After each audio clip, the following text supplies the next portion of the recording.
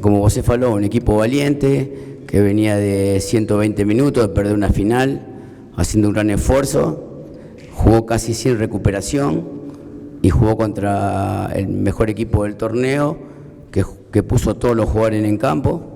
Yo valoro mucho el esfuerzo que hizo este grupo porque de verdad que sería bueno que todo el mundo lo vea porque fue muy grande el esfuerzo y todo lo que hicieron para lograr este resultado e este juego, ¿no?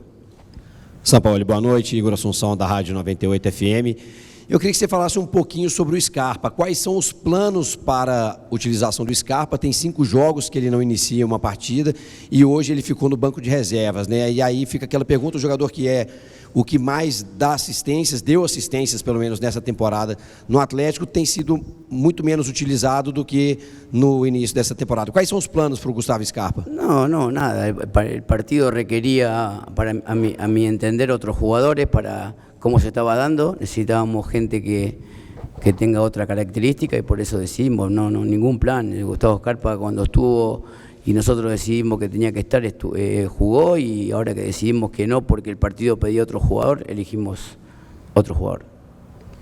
Boa noite, Sampaoli, Guilherme Gonçalves da FAN FM.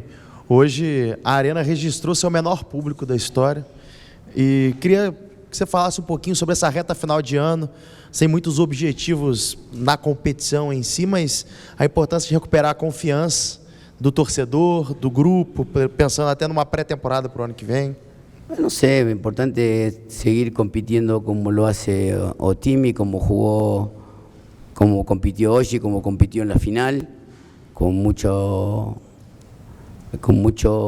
ímpetu y terminar de la mejor manera posible.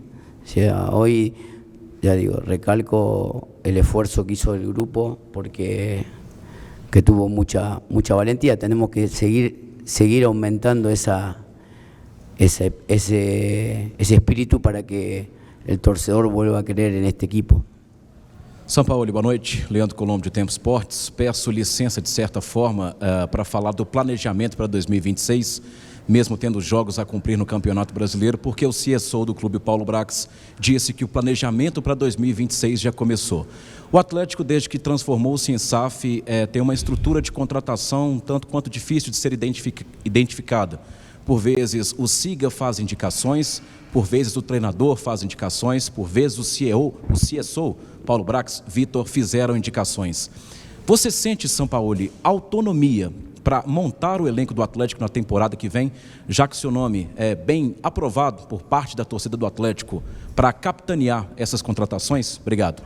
Seguramente vamos a tener muchas reuniones en relación a lo que el perfil de jugador que precise esta forma de jugar, y seguramente a través del perfil trataremos de traer jugadores que estén a la altura de Otimi. O sea que si pretendemos lograr cosas importantes tenemos que traer jugadores importantes y bueno, trataremos de estar muy fino en eso para que Otimi el año que viene, el año anterior estuvo Perto del rebajamiento, este año estuvo Perto también en la tabela mal, o sea, tenemos que corregir eso, tenemos que intentar hacer un team forte y bueno, seguramente trabajaremos mucho en eso.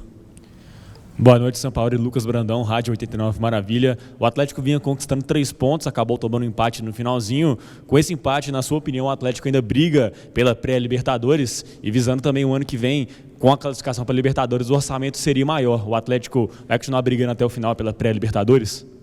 No, sí, nosotros vamos juego por juego, tenemos un juego muy difícil en Fortaleza, así que intentaremos dar lo máximo que Otimi pueda en relación al esfuerzo, al sacrificio, al juego. Hoy se nos escaparon 2 puntos en el final.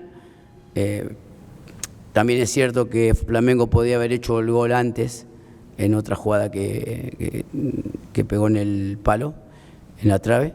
Más, como digo, hay que terminar el año con la misma intención que este juego, jugándolo con seriedad, con protagonismo, intentando ponernos objetivos que son importantes, que es llegar lo más alto posible en la tabela.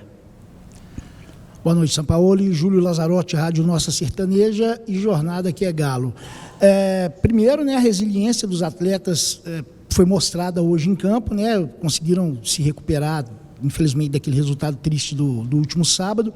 Mas o que eu queria saber é da opção de jogo.